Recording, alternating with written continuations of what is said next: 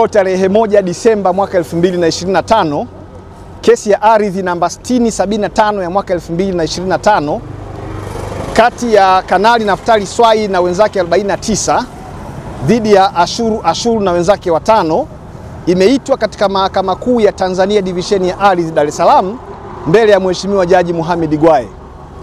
Kesi hiyo imeitwa leo mahususi kwa ajili ya kuja kutolewa uamuzi mdogo ambao ulifuatia mapingamizi ya awali yaliyowekwa na wadaiwa, kwa maana ya Ashuru na wenzake.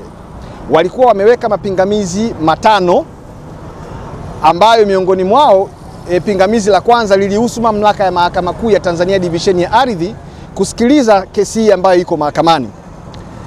Lakini katika kutoa uamuzi wake, Mahakama Kuu ya Tanzania Divisheni ya Ardhi imekubaliana na hoja za wadai kupitia wakili wao Peter Michael Madeleka kwamba Mahakama Kuu ya Tanzania Divisheni ya Ardhi inayo mamlaka ya kusikiliza kesi yoyote kutokana na mamlaka ya Mahakama Kuu yanayotokana na ibara ya 108 ibara ndogo ya kwanza ya Katiba ya Jamhuri ya Muungano wa Tanzania. Kwa hiyo mahakama ikasema kwamba mahakama kwa kuwa inaundwa na katiba na mamlaka yake hayana ukomo, ni sahihi kwa mtu yoyote kuja mahakamani kuleta malalamiko yake au madai yake dhidi ya mtu yoyote, na malalamiko hayo yakasikilizwa na kutolewa maamuzi. Kwa hiyo pingamizi hilo kuhusu mamlaka ya Mahakama Kuu limekataliwa na Mahakama Kuu leo. Lakini mahakama imetoa kibali cha kwenda kurekebisha baadhi ya kasoro ambazo ni za kiufundi na hazimalizi kesi, kasoro ambazo zilikuwa zinahusiana na swala la utiaji saini kwenye hati ya madai. Ikumbukwe kwenye hati ya madai wadai hawakuweka saini zao kwenye ile hati, na badala yake saini iliyowekwa ni ya wakili wao pekee Peter Madeleka. Kwa hiyo Mheshimiwa Jaji amesema ili kuondoa mkanganyiko wa kumbukumbu, ni vizuri wadai wakaenda kubadilisha hati ya madai na kuweka saini zao.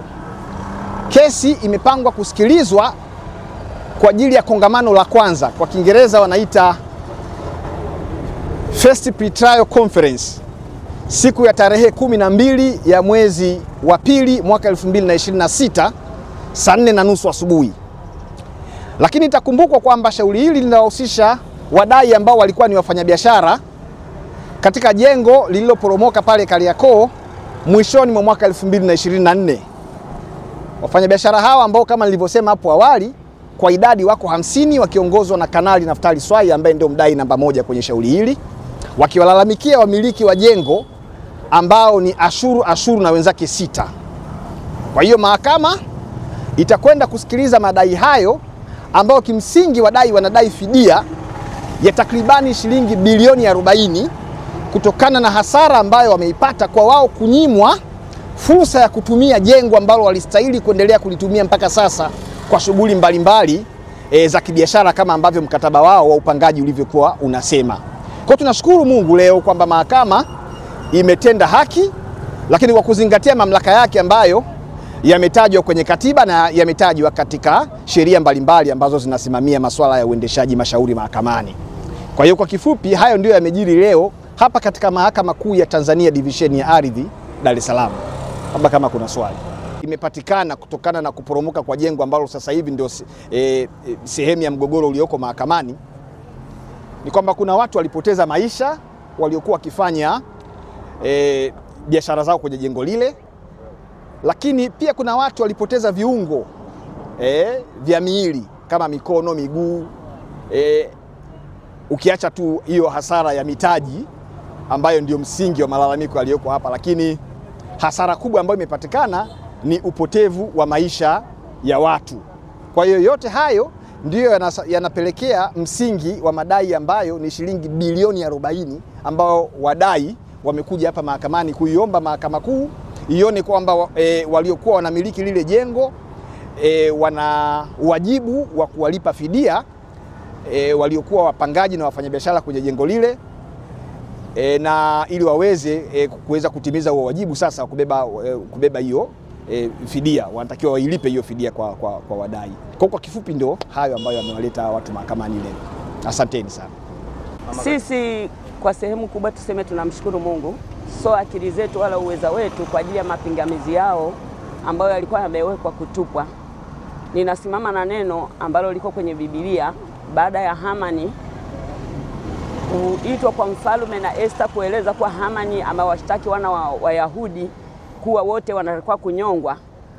Aliporudi kwa mke wake alimwambia akasema, ikiwa hao waliokushtaki ni Wayahudi, kama ni kuanguka utaanguka tu.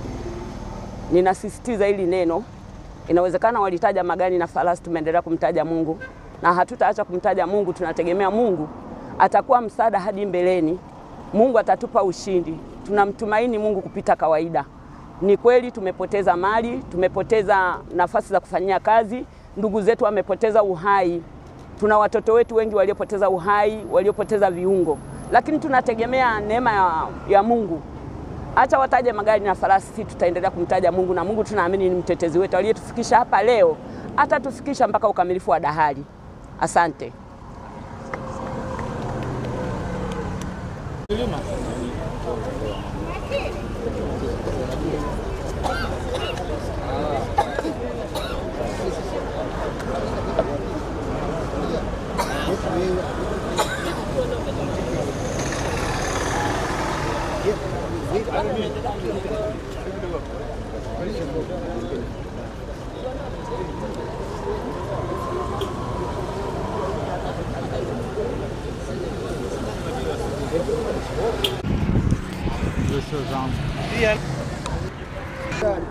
Nani kwa wapi